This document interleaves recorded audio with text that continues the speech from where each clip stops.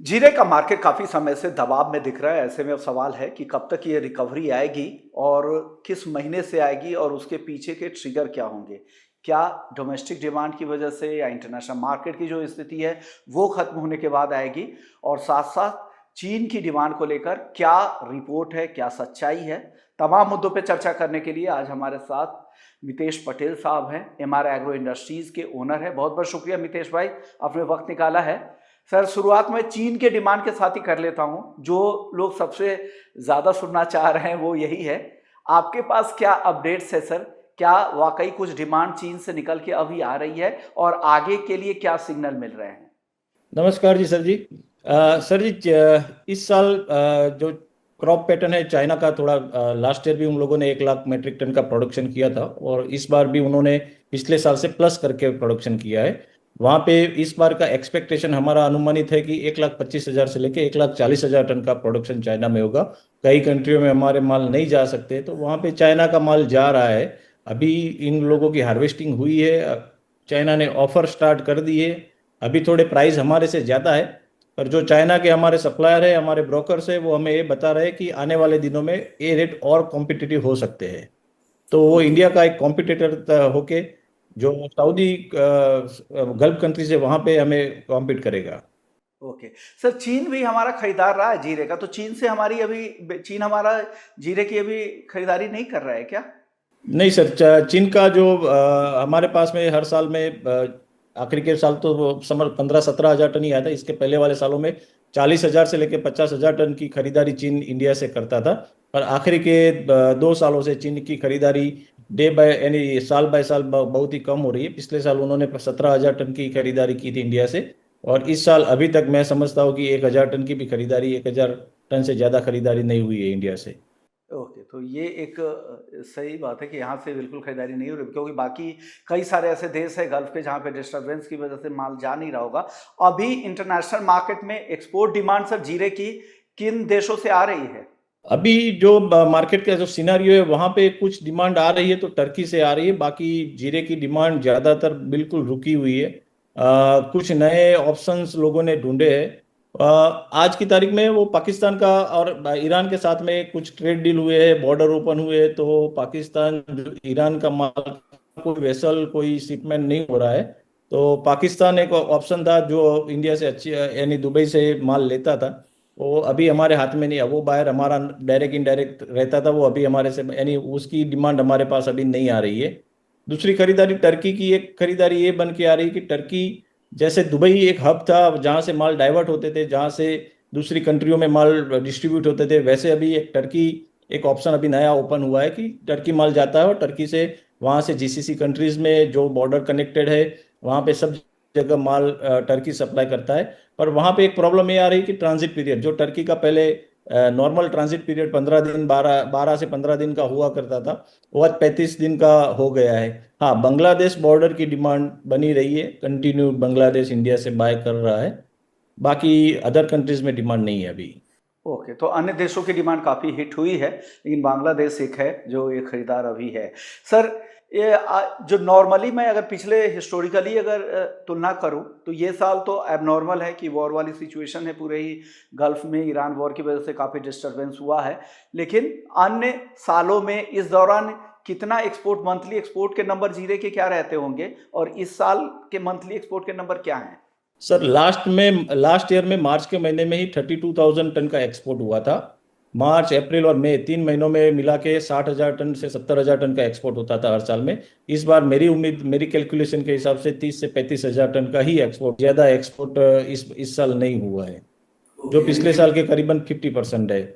Okay, यानी 50% का hit यहाँ पर एक्सपोर्ट मार्केट में हुआ है ईरान वॉर की वजह से। चलिए, तो ये स्थिति साफ हो गई। अब देखते हैं, आपको लगता है कि अगर सब कुछ नॉर्मल हो जाएगा तो इंडिया का भाव कॉम्पिटिटिव भाव है और एक्सपोर्ट में एक अचानक से उछाल देखने को मिलेगा और भाव पर में भी तेजी आएगी? ये जो सिचुएशन जब नॉर्मल होगी और फ्रेट जो अभी $6,500 का है, $6,000 का है, वो नॉर्मल होके यानी दूसरी कंट्रीज के भी फ्रेट बढ़े हैं, जो नियर अबाउट 40 से लेके 60% तक के रेट बढ़े हैं। पर दुबई ये वॉर इफेक्टेड है, हॉर्मुज के नजदीक आता है, वहां पे तो समझ लीजिए वहां पे बुकिंग भी नहीं हो रही है। कुछ शिपिंग लाइन रिस्क लेके काम करती है, पर जब इस फ्रेट नॉर्मल होंगे, वेसल की कनेक्टिविटी नॉर्मल होगी। अभी कोई वेसल 15 दिन में आता था, जो हर वीक में आया करता था, वो अभी 15 दिन में आता है। तो वेसल की कनेक्टिविटी जब नॉर्मल होगी, फ्रेट नॉर्मल होंगे, तो एक डिमांड बनेगी। तो लोगों को अगर ए रेटों से 200 रुपया, यानी नियर अबाउट 10 रुपया 15 रुपये की अगर कोई तेजी बनती है, तो लोगों को ए रेट पे माल बेचना भी है। तो सामने डिमांड भी आएगी, पर एक मौका मिलेगा लोगों को माल बेचने के लिए, निकलने के लिए। बाकी जीरे में कोई बड़ी तेजी वाली यानी बड़ी डिमांड आ जाए तो भी कोई बड़ी मूवमेंट नहीं दिख रही है। ए रेटों के नियर अबाउट आज 190 के करीब है जो जीरा, वो 210 के करीब जा सकता है। इससे ज्यादा मुझे अभी फिलहाल की सिचुएशन में नहीं लग रहा है। ओके, तो फिलहाल आपको बहुत ज़्यादा तेजी नहीं लग रही है। यहाँ से रिस्क कितना है सर, नीचे आने की संभावना कितनी आपको लग रही है जीरे, या जीरे की गिरावट पूरी हो चुकी है, यहाँ से गिरावट नहीं दिख रही है आपको? सर देखिए, कोई लेवल एक बनता है, बेस बनता है, जहां पे मार्केट सस्टेन करता है, जहां पे रुकता है। अगर ए रेट पे भी उसको ऑक्सीजन नहीं मिलता है, ए रेट पे भी उसको पिकअप नहीं मिलता है, तो मार्केट फिर से भी प्रेशर में आ सकता है। हाँ, मार्केट यहाँ पे 10-15 दिन रुकेगा, मार्केट देखेगा कि यानी डिमांड आएगी, डिमांड कंटिन्यू रहती है ए रेटों पे, तो मार्केट यहाँ से रुक जाए या यहाँ से 5-10 रुपया किलो ऊपर आए। सर अब एक सवाल ये, दिवाली के आसपास क्या लग रहा है, कहाँ तक जीरे का भाव जा सकता है ऊपर में? हाँ सर जी, ये अभी से बोलना बहुत ही मुश्किल है। दिवाली तक हमारी जो नेक्स्ट सोइंग की सिचुएशन पैटर्न है वो फिक्स हो जाएगी। फार्मर्स क्या नेक्स्ट ईयर में क्या सोइंग करता है, वो एक यानी इस बार कोरिएंडर का प्राइस ज़्यादा है, दूसरी कोई कमोडिटी में राइडा का प्राइस ज़्यादा है, उसमें इंटरेस्ट कैसा लेता है। जीरे को भी एक ऑप्शन, यानी जीरा एक लोगों को यानी उसके ऊपर एक थोड़ा प्रेम ज्यादा है, तो जीरे की तो बिजाई होती ही होती है। पर वो परसेंटेज में कितनी रहती है, अगर समझ लो अगले साल भी 90 लाख की फसल यानी इतना ही एरिया अगर सोइंग होने का अनुमानित होता है, तो फिर कोई बड़ी तेजी की गुंजाइश नहीं है।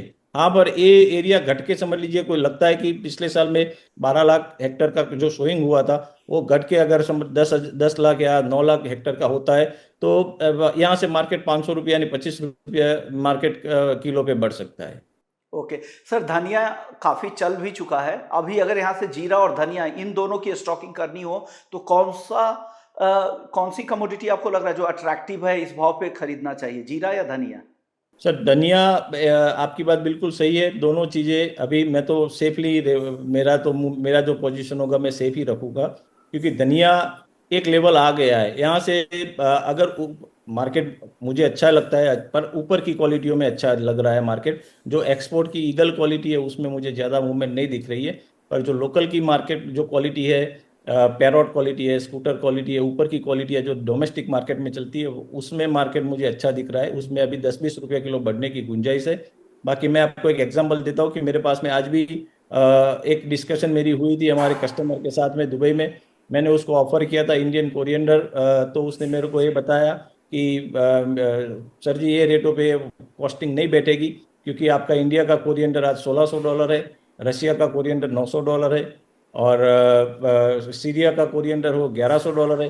तो हमें जो ईगल क्वालिटी का कोरिएंडर है वो हम इंपोर्ट करते हैं ग्राइंडिंग के लिए, और वो ग्राइंडिंग का पर्पस हमारा रशिया और सीरिया दोनों हमारा फुलफिल कर रहे हैं। तो इंडिया से ईगल क्वालिटी की डिमांड मुझे नहीं दिख रही है, उसमें कोई बड़ी मूवमेंट ज़्यादा नहीं दिख रही है।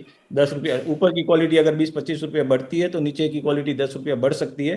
पर ये रेटों पे 10 रुपया लेने के लिए मुझे एंट्री लेनी नहीं चाहिए, ऐसा समझ में आता है सर। सर मैं रेंज जानना चाह रहा था कि बचे हुए महीने जो 6 महीने के आसपास अब बचे हुए हैं साल के, इस साल का जो रेंज है जीरे का, नीचे में कहाँ, ऊपर में कहाँ, और धनिया का लोअर बैंड क्या है, और ऊपर में कहाँ तक धनिया जा सकता है? धनिया जीरा मुझे सर नियर अबाउट 184-183 के लेवल पे लगता है नीचे में।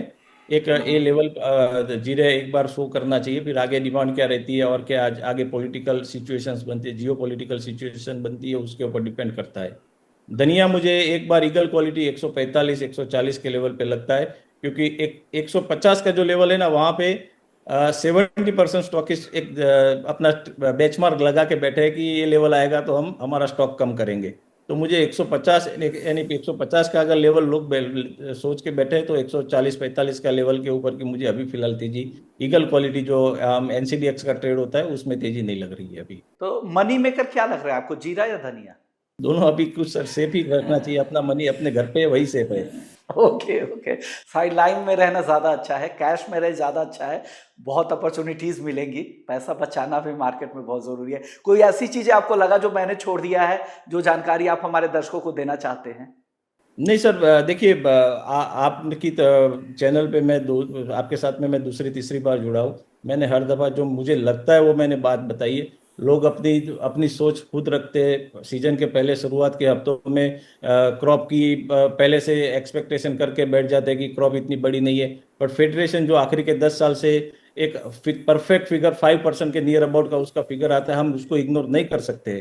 फिर भी ये लोग 70 लाख की बात करते थे जब फेडरेशन ने 93 का क्रॉप दिया। मैंने भी आपके चैनल पे 87 का एक प्रिडिक्शन मेरा फेडरेशन की क्रॉप आने से पहले किया था।